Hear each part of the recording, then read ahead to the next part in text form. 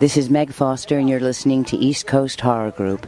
Mike, Gray Skull is mine. Culture.com. They're here. Alive! It's alive! It's alive!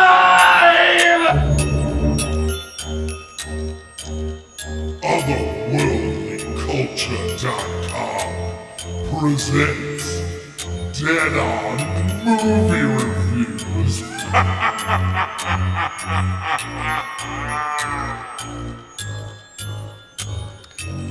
Salutations and mutilations. You're listening to Otherworldly Culture presents Dead On Movie Reviews. Tonight, we will present horror movie reviews and lively debate here on Otherworldlyculture.com and on future select Tuesdays at 9 p.m. Eastern Standard Time. You can join our live chat at that time by clicking on the live shows link on the Otherworldlyculture.com website. I'm your host, Tim Kretschmann, coming to you from the east coast of Lake Michigan. It's my honor to introduce the Faculty of Fear panel presenting tonight's lectures.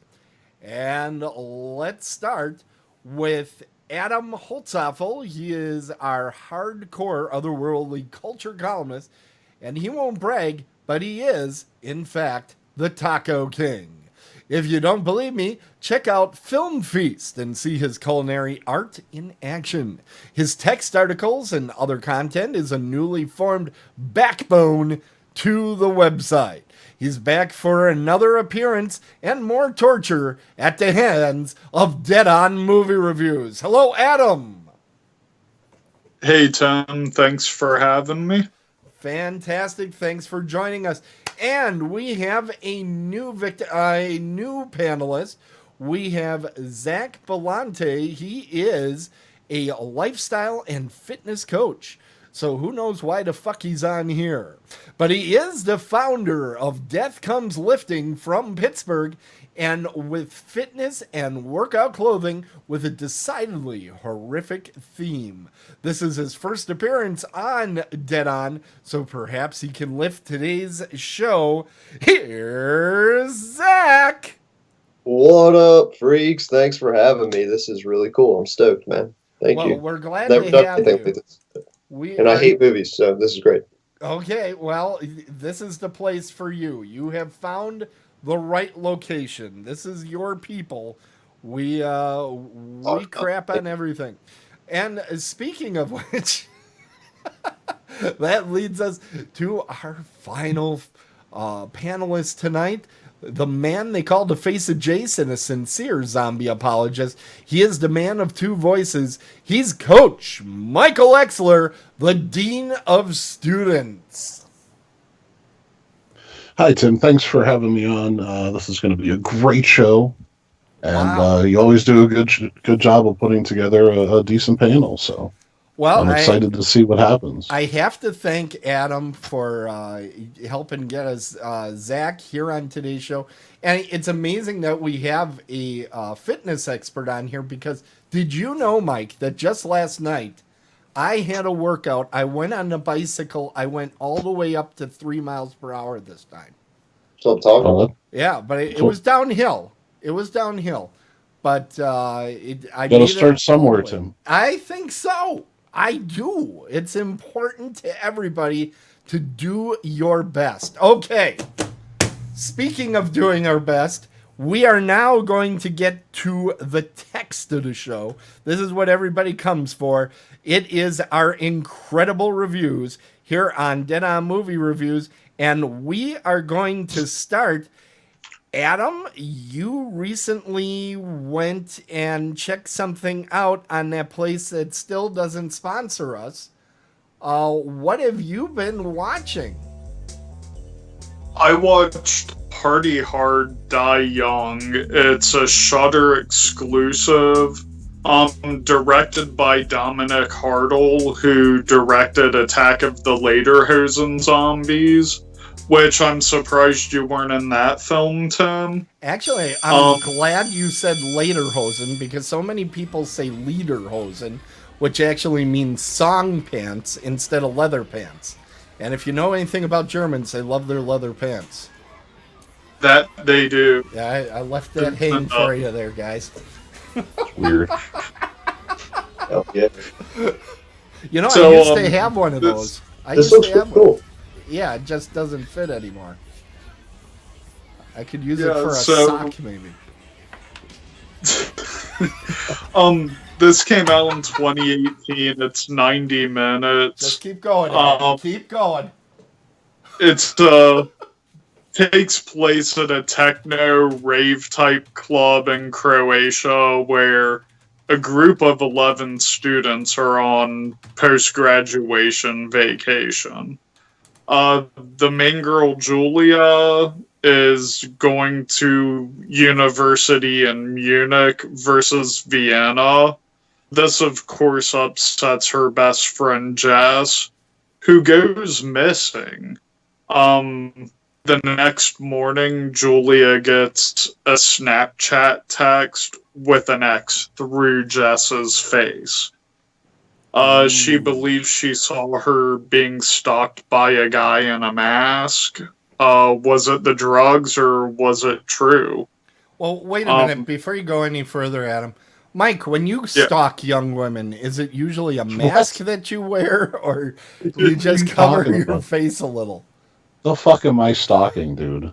You are always... Don't even pretend. Don't pretend. We know you do this in your off time. No, No? I'm not stalking anybody. You're not stalking anybody that you know of. Okay. The ladies stalk me, sir. Then they're the ones that are wearing a mask. Go ahead, Adam! So, basically, throughout the film, we get flashbacks of the events that happened that night concerning a few of the group's activities. We also get flashbacks peppered in of an event that happened 4 years prior. So, it does kind of have an I know what you did last summer feel to it.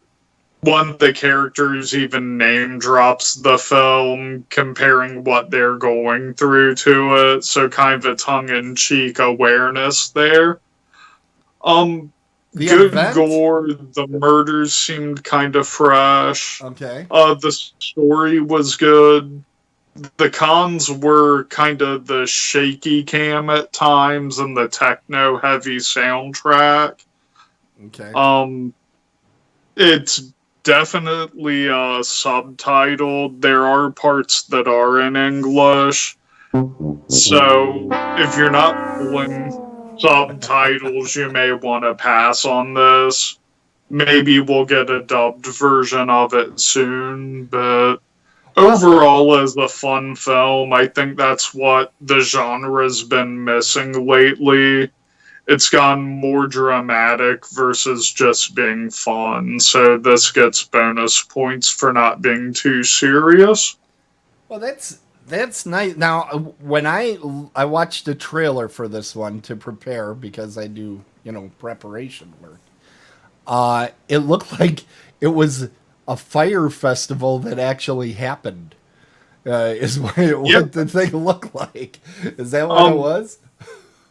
I'd say it was. It was definitely lacking Ja Rule being involved, which is a shame. But I'd say it's kind of a fire festival type vibe. I think the fire festival itself kind of missed Ja Rule. Anyway, we all miss Ja Rule. Oh boy. Okay, so Party Hard, Die Hard, it's on that service that won't, that judges us or something. They don't even respond to it. That service rhymes with shitter. Okay.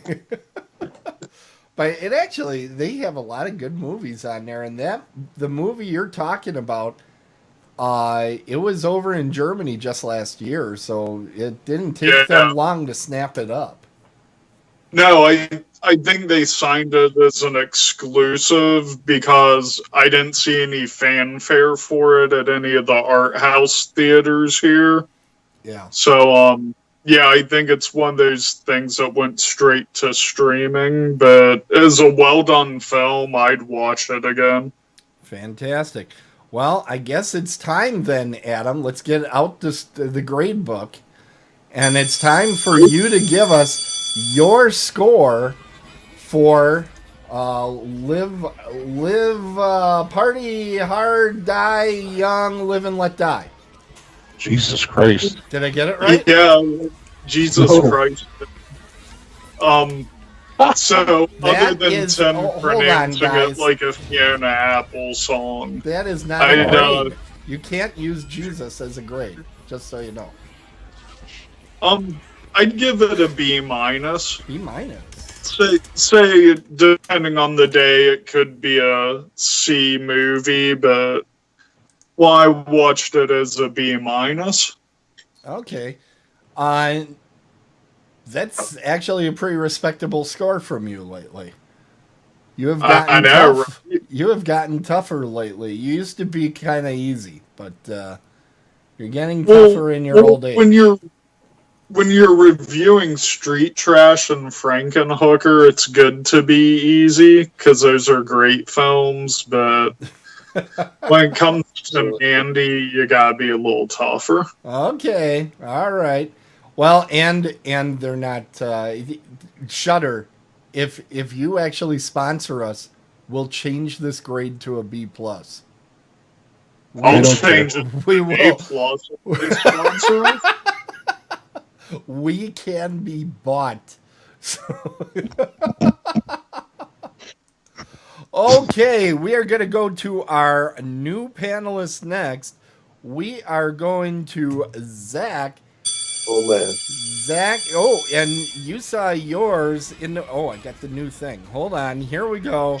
This is in the movie house right now. Zach, what did you see for all of us? I'm sorry, I couldn't hear you, brother. That's okay. I don't enunciate. What movie did you go see?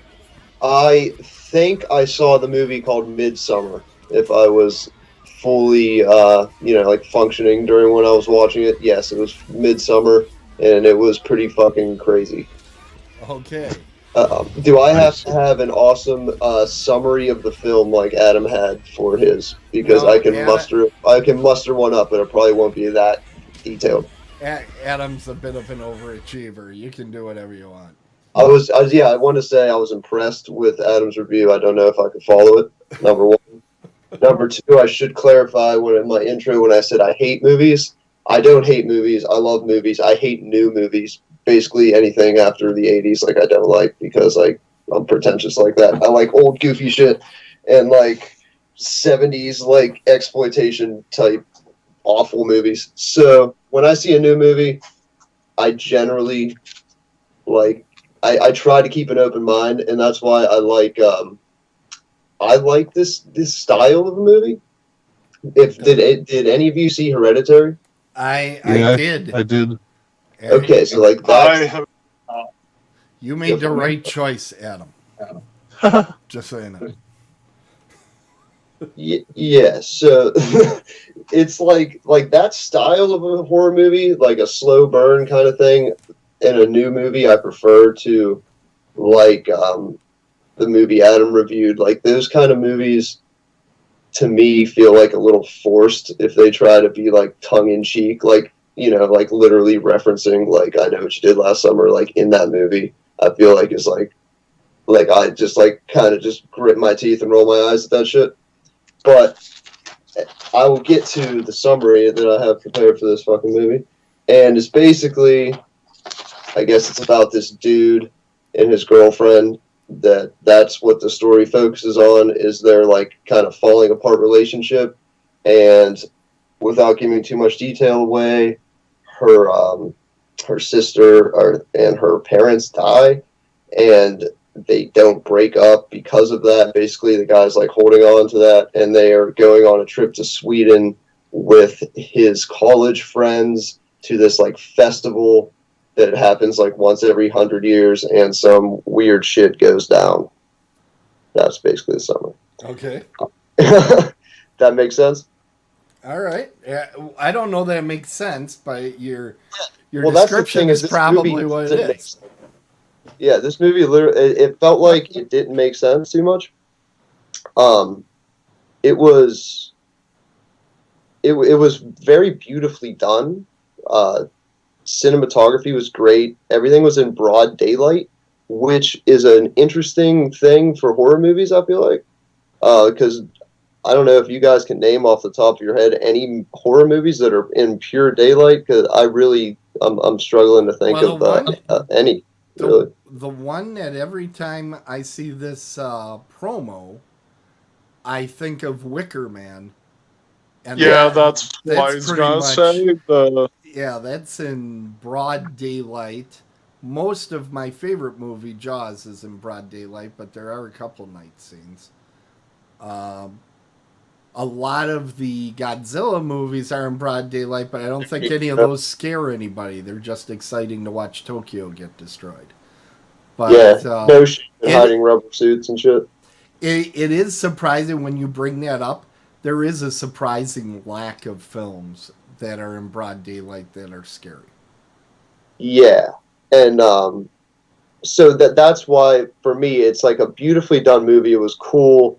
But it wasn't scary. It just felt like kind of pretentious and weird a little bit. Like it's like just constantly beating you over the head with like how good this cinematography is and how like beautiful this scene is constructed. And it's like 3 hours long, or like 2.5 at least. It just feels like you're just getting constantly like beat over the head with that shit. And coming off of Hereditary, I do respect it because that's kind of like a bold move in a way, like for the director and everything. But Hereditary was so much more exciting to me and so much more scary and visceral and raw. And this feels kind of basically like a Wicker Man ripoff that is like trying to be Stanley Kubrick at the same time. So that's basically how I feel about that movie. It just blew my mind of how I'm never going to watch that movie. Oh, all you would have had to add to that to get Mike and I to really get excited about that movie is if you could have somehow added what's that Dario Argento thing that we always bring up? Suspiria. Yeah, Suspiria. If you would have worked that in there yet, then you would have had the triumvirate of movies I think are way overrated, and movie makers that are way overrated. Yeah, you could compare Suspiria to it because of its like use of vibrant color for like no apparent reason other than just to look cool. Yeah. I think it does look. I mean, obviously prepping the show, I find all these videos and all this stuff. And I mean, it looks gorgeous. It looks like they had a travel agency put this thing together, and that's why I know I'll never see it. I mean, it's just not my my cup of tea. Now, this picture I always like. It's like insert penis here. But it's just this is not my cup of tea. I can already tell. And when I found out the director, I was like, yeah, I need to run away. And the thing is, I don't mind the slow burn, like the Witch, like that capitalized on that, or like even like Rob Zombie's Lords of Salem. I kind of dug, even though that was like a little more fast paced than this. Like I don't mind the slow burn in a half-hour movie, but like the payoff has to be there, and this just felt like like a waste of time and trying to be like more than what it was, and it just was not that great. Yeah, but it's getting rave reviews like everything A24 puts out, and I was waiting, and I did find the news article of where people were fainting. They were so frightened of this movie, A24, it seems like everything they release, somebody faints or dies or something having watched a movie. The comparison to The Exorcist as the scariest movie that ever came out was in the first paragraph. You know, these guys just drive me nuts. That makes me hate it more than knowing that is in a review. Good, I said it before you gave the grade. All right. So it is probably, it's about that time. So do you have any last things before we pull out the grade book? No, let's get to it. I'm ready. Okay, let's get out the grade book. All right, I am ready. What do you grade a Midsommar sex comedy? If the cinematography and everything wasn't so great, because it really is as pretentious as it is, I have to give props there. If it wasn't so great, I would give it an F, but I'm going to give it a D because that saved it. A D for dandy. D for dandy. Yeah, there it is. Woohoo! Or if you have 2.5 hours and some mushrooms, I would recommend going to see it. Other than that, I would skip it. Wow, 2.5 hours, man. Really? See, okay, and this has been an argument that I've had forever on this stuff. I think horror movies, you need to shorten them, not make them longer. And even though my favorite Jaws is, 2 hours plus, it's a more fast-paced 2 hours. I think you got to keep these things to like an hour and a half. If you possibly can, keep it to an hour and a half.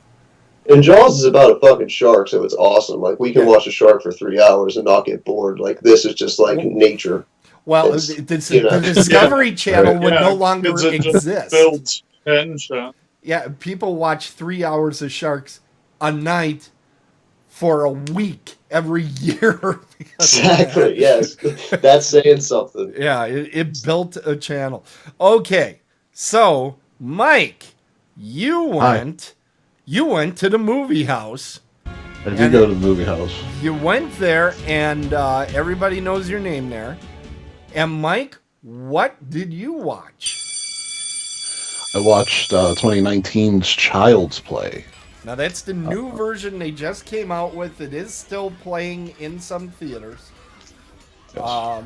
Some people call them cinemas. That doesn't make any sense. We haven't had a show in like 8 years, so I thought we would. Stop it. Be nice. Be nice. So yes, I did see this when it was out and popular, or was it popular? I don't know. So it was the remake of the 80s, I guess you could say classic. I don't know. I was never sold on Chucky. I mean, the first one was decent enough. The second one I thought was extremely reaching for scares, and the third one, if you can make it through, man, you're a champ. Because it's terrible. 3 is really tough. You know what I find interesting about the Child's Play, because I think about 2 years ago I decided to binge and watch the whole series because that new one had just come out. What I find interesting about this series is up until this one, it was like, what's his name? Dom Mancini. That guy wrote them and he directed them, and he had like complete control. And, he started with kind of a Twilight Zone type theory of a movie, and it slowly became a comedy, and then it came back away from comedy again. So it's been all over the map. And as far as I'm concerned, he shit all over his own franchise a number of times. It's probably the least even horror movie franchise I've ever seen. Because, like, the Friday the 13th movies, even though there are better ones, there's worse ones, they all kind of seem somewhat connected. Where, like, if you watch the first Child's Play and then you watch Bride of Chucky, you don't even know those movies are related except for the character of Chucky. Otherwise, it's like, I don't even know if the tone is different, everything. So, and I heard this one is yet another different take. It is. It was a reboot, if you will. They updated the story. Chucky is no longer a possessed doll. Um, and I guess there was controversy at one point that Brad Dourif was not the voice of Chucky, and they had hired Mark Hamill to be the voice of Chucky. And I think it was a good choice if you wanted to reboot, because this is a totally different Chucky. It's not the same. It looks different now. It does. It's even more creepy ginger action. Now, Mike, uh, Mark Hamill, isn't he famous for doing the voice of the Joker? That's what he's best known for. And a couple other things he's Okay. done. Yeah. He's a little known actor. Yeah. Hack. They just discovered him something. But yeah, he was. I thought he did a very capable job of being Chucky. They really leaned off of the human element, that Chucky had any human element to him, because he didn't in this film, and I thought that lent to it being a little bit more believable. You find out within the first 2 minutes of the film why Chucky's the way Chucky is. So once you find that out, they've definitely brought it to 2019, and it's something that's relatable. And I don't want to ruin it for anybody that wants to see it. Okay. So I'll leave that for you to watch. It's a Hollywood film, man. It's competent. It's well lit. It's the right time. It's the right time. The cast is good. They're attractive. All the things that you want in a horror movie. And I will say this: they decided to make Chucky really fucking angry in this one. He takes time and thinks about his kills in this, and he's far more violent and brutal. Well, he probably got very upset, looked in the mirror, and said, "Jesus Christ, red hair and blue eyes? Are you kidding me?" And well, my wife brought up a good point. Like, what kid would want one of those, man? Like, I would not want one of those as a kid. Like, it is a creepy looking man. little thing. Terrible. You know, the original Terrible. Chucky design from the first movie looked like a plausible product to me. It wasn't, a real cutie pie, but it was a plausible product. This thing, every picture I've seen of it, I'm like, no, you wouldn't bring this into your house. It looks like going to Garbage Pail Kids. Yeah, it's terrible. It's not a good design, but it's different.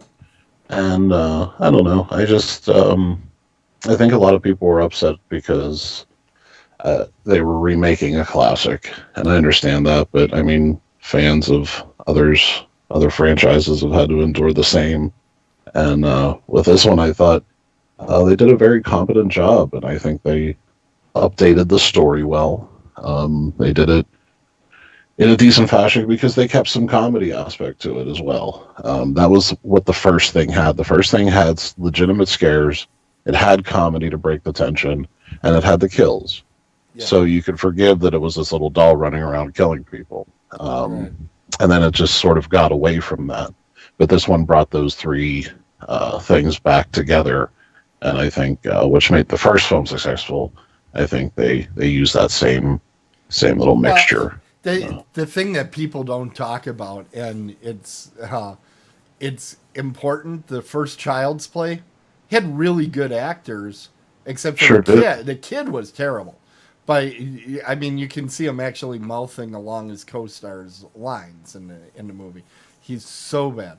But the parent, the mother and the police officer, Catherine Hicks, and was it Michael Norrie, I think, was the police officer? It's Chris Sarandon. Oh, it was Sarandon. That's right. It was Chris Sarandon. They did remarkable jobs, and I saw they brought Aubrey Plaza in here, who she isn't a giant name, but she's done a lot of work. I loved her on Criminal Minds. She was one of the best villains they ever had on the show. But it looks like they went back to, okay, let's actually create characters that people care about before we kill them. And I'm kind of looking forward to seeing this because I sat through that last one and it was, I mean, that was almost as bad as Child's Play 3. It was really bad. The one in Was that the Seed of Chucky? The Cult of Chucky, right? I think it was Cult of Chucky. It was in the mental hospital. Yeah, because they hadn't done a mental hospital Child's Play yet. I mean, more power to him for trying. Yeah, I think this one got a lot of shit initially because they were remaking it while like Don Mancini like still has his active like Child's Play franchise. So it got like kind of like it felt like it was like shitting on it in a way, and like fans got freaked out. But Don Mancini went out and he shit all over it, all over the place. He really went anti on this thing. Yeah, for sure. So I feel like there was like weirdness built up from that, but my expectations were pretty low, and I thought it was great. I love this movie actually. I don't know, how did it do in the box office? Are they gonna make another one of these? Let me see, Tim. I don't know.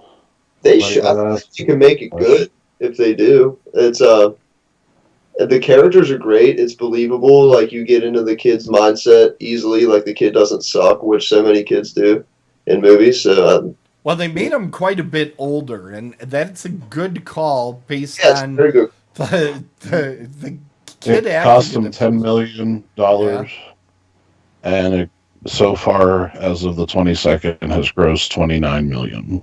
All right. So you will have a second one. Yeah, that's pretty good. Yeah. You know, that is the thing with horror movies. You can make a lot of them for cheap, and not all of them have to be hits, and you're still going to do well as a studio.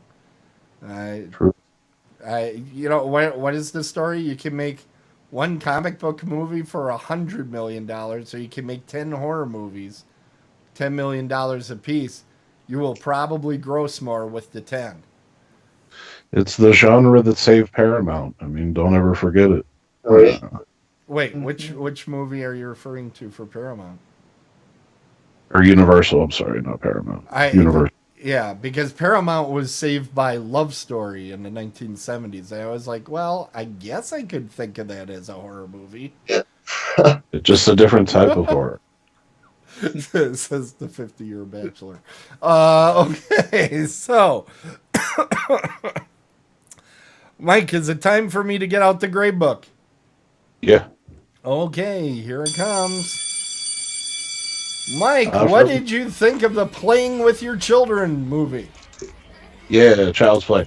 I thought it was great. I thought they brought back everything that worked in the first one and made it different, made it fun, and that's exactly what you should go to the movies for, is fun.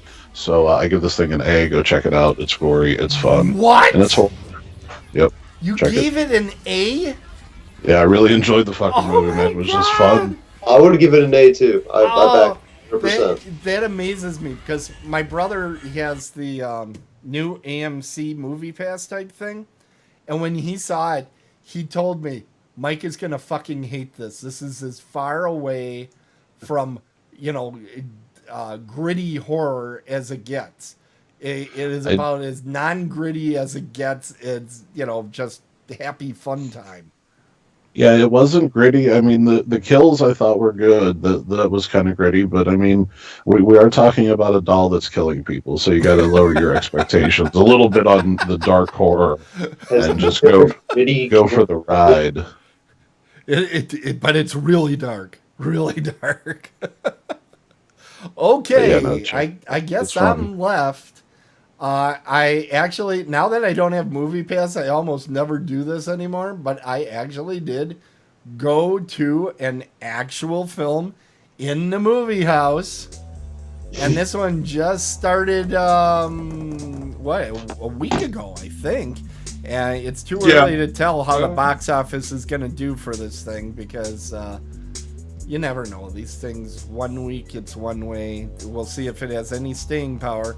But I went and I saw the movie Crawl from 2019, produced by Sam Raimi. That was pushed very hard in the commercials for this. What wasn't pushed is that Barry Pepper from Saving Private Ryan has a major role in the movie, and I'm a huge Barry Pepper fan, so that was a surprise to me, actually.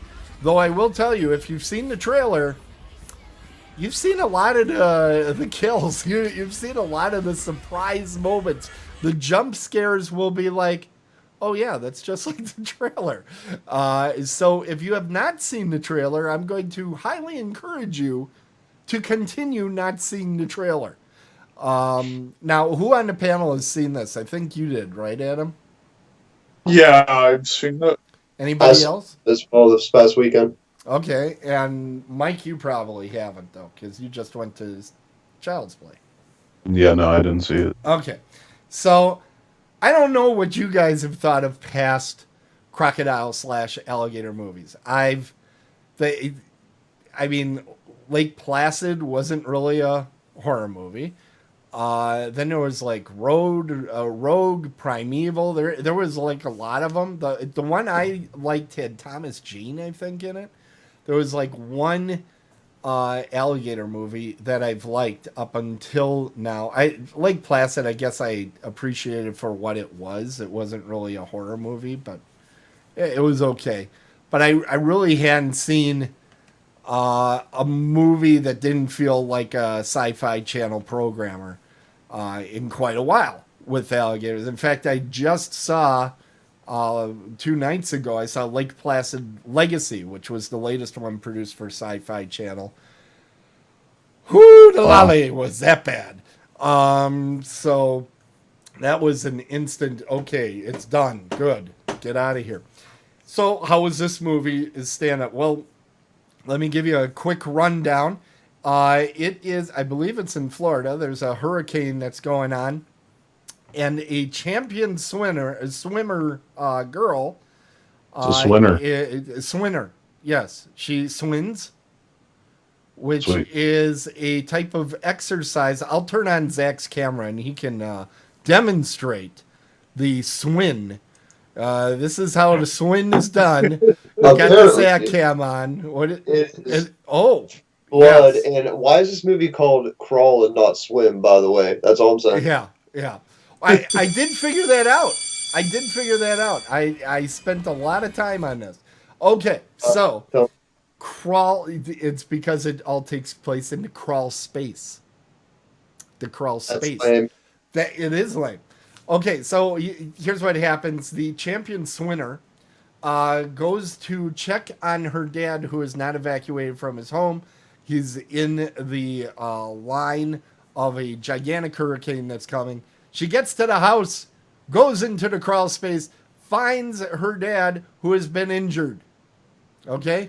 I'm not giving away anything, but we're already 30 minutes into the movie by the time that happens. The good news is, once this thing kicks its ass and gets in gear, it kind of stays in gear. And it's got a fair amount of suspense that's going on, a fair amount of activity. However, I'd be lying if I said I wasn't fighting falling asleep a couple of times in this thing, even though there was activity. It also had my absolute, well, is it my most hated? It's in the top 5 of my most hated movie tropes. That is the introduce some random characters just so they can die in a movie. There is a set of characters that they introduce them, and they don't last 7 minutes in the movie, and they're already gone. It's like their only purpose in life was to feed some alligators. That's what they were. These alligators all seem to have come from, there was an alligator farm near this hurricane. I guess that was established. I didn't quite catch when that was said, but apparently that was in there. But all these alligators are humongous. They all are beyond 25 feet long. They're gigantic. In fact, that's one of the reasons they can stay in the crawl spaces. These animals are, these aminals are so gigantic they can't get past the plumbing down in the crawl space to go chew on our heroes. Having said all that, there's kind of a clock element as well. They're under the they're underneath the house, and the water level keeps raising. So if they don't get out of their predicament fairly soon, they're gonna drown anyway. I will say this is a movie with a lot of jump scares. Where literally, I was in not a full movie house, but like a half full movie house. When there's jump scares in a horror movie and there's an actual audience, you usually hear a gasp or a type of thing. I wasn't hearing that a whole lot. So I do think the advertising campaign for this movie, because I do think if you didn't see the trailer, that some of this would have surprised you a little bit more. One of the best scenes in the movie, the shower stall scene, you can find the entire scene on YouTube. It's all there. It was released as a promotional thing. And I'm like, that's one of the best scenes in the movie. What are you giving that one away for? So that's kind of disappointing. So if you are going to see this movie, do not check out promotional stuff for it, except, of course, continue watching Dead On Movie Reviews every week and you see this great stuff. I thought the movie did a good job of kind of mixing it up, but it didn't do a great job. I don't think the classic, oh my God, alligator movie has been made yet, but this one was fairly good. A lot of action. Special effects were decent. It wasn't the, if you're like, oh, special effects suck, I encourage you to now go and check out Lake Placid Legacy, and you get back to me and tell me which one you thought was better. The special effects were pretty darn good, I thought. The other thing that I liked, and this was brought up to me by my brother when we were discussing this thing, alligators are really tough to kill. They're really tough. They're in armor plating is basically what they're in. And they exploit that in this movie. I mean, when they kill one of these things, they got to work for it. It's a workout for them. They're doing stuff like emptying guns in the brains of these things, and they're sticking shit in their eyes, and they're still coming and everything. That's the alligator experience. That's what they're like. I know this because I have seen the Gatorland Jumperoo show, and once you see that, you know everything about alligators. Ask me anything about alligators. I know the answer. Go ahead. What do you think of Eaten Alive, the Toby Hooper film? That one I have never seen. That's come on, man. Come on. That's the Cadillac of fucking crocodile movies. Okay, I'm gonna have to check that one out. That is one I've missed. There's one I think called Crocodile too that I've never seen. Yeah, that's like a early 2000s like cheesy sort of movie. But yeah, no, Eaten Alive's barely an alligator movie, but it's cool. Okay. That one I'm gonna have to go check out. Yeah. But, yeah, for sure. I think there's one with Thomas Jane, and I think it was Rogue, but I'm not sure. But I remember the final scene. He's like in the alligator's lair, like a cave, and he's fighting them hand-to-hand combat and stuff. I actually enjoyed that movie because I'm like, well, shit, if you're gonna do this, go nuts, you know. But I could do without Betty White throwing cows out on the shore and watching them get eaten. But I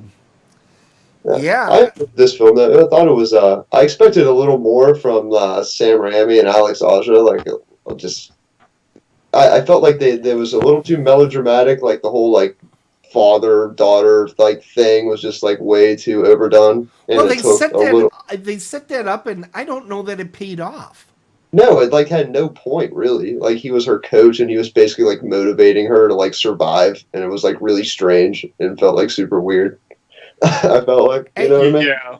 I didn't understand that because it's literally the first 25 minutes of the movie. It's them setting that up, and I'm like, okay, so at the end, is he going to say, "Oh, I'm so proud of you," or what? You know, how is this going to pay off?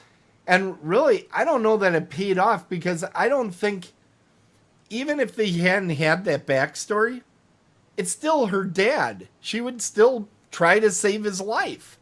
Right. You know?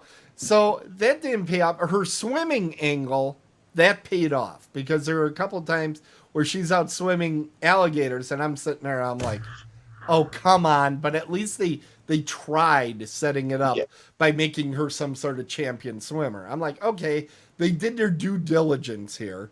I'm gonna sit there and believe this. But, you know, at least they went through trouble there. But this other stuff, I'm kind of like, oh, come on. Why are we still talking about that? Like, there were, 3 face chat calls to her sister? Yeah. And she had a kid, and the kid kept coming on the thing. And I'm like, what is this? Is the sister going to come out with the kid and try to save them both? What the hell? Right. I didn't get that at all. And then there was like a love affair between the police officer and her sister, and that didn't really pay off. I mean, they kind of mentioned it, but it was like, what are we doing? Are we trying? I'll tell you what, I almost felt like the entire first 25 minutes was written last. And they're like, okay, if we get 3 more pages, we have a feature-length movie here. We can do it. We can put together 3 more pages. It just kind of felt that way to me. It was like we got this great idea and when you think of it, it is a great idea. Somebody lives next to an alligator farm.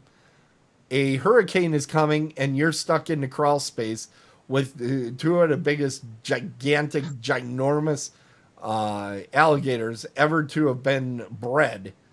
That's a scary situation. It's scary. It isn't as scary as that time I did. Oh, well, anyway. But it's a scary situation. So I get where they were going. I think I agree with you. I think I was a little disappointed because of the pedigree of it. Because I freaking loved, what was it, Get Out? Get Out was Alex Aja's last one? No, he did the Piranha and Hills Have Eyes remakes, and his debut was High Tension. Yeah, okay, but I like his other stuff, so I do think it did well with the suspense. It didn't just every 5 seconds here comes the jaws of death, bang. They built stuff up. There were some creepy moments where, you could see the alligator, but the alligator didn't see you. Those are always really super creepy like shots. So I thought I did a good job. I don't know if I was a super fan, so we're going to go to that portion of things. And I'll get out my little gray book and my red pen. And I enjoyed this movie. I would certainly recommend it to somebody to see.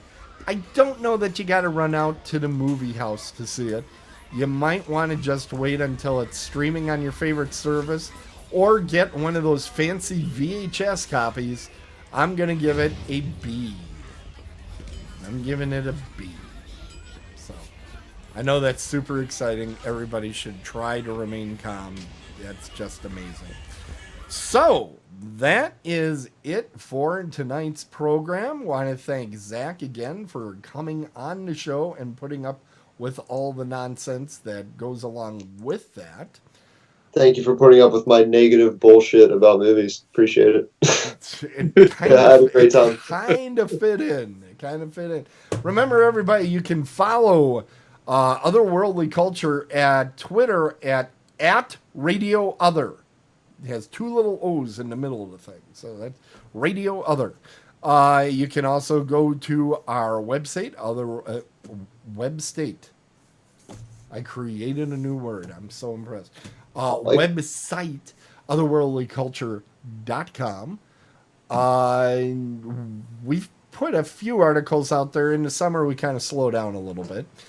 And now that we have a fitness coach, maybe he'll help us out with that because we get a little sluggish. So we'll be working on that. Zach, where can people find out more about you? go to Death Comes Lifting on Instagram and Facebook, or deathcomeslifting.com. My personal Facebook's is Zak Bellante. If you really want to find out about me, there's not much there, but Death Comes Lifting is usually the better way. All right, fantastic. And of course, you can check out our website again at otherworldlyculture.com. We'll have this show up there shortly. Lots of great content on there, and not so great content too. We don't diminish that. So we are, we're right at the end. So, want to thank everybody once again. I got to find my little final words here. Here they are. I want to thank everybody. I hope you have a great summer. Hang in there until our next show. And remember, as John Carpenter once said, horror is a reaction. It's not a genre. Ooh.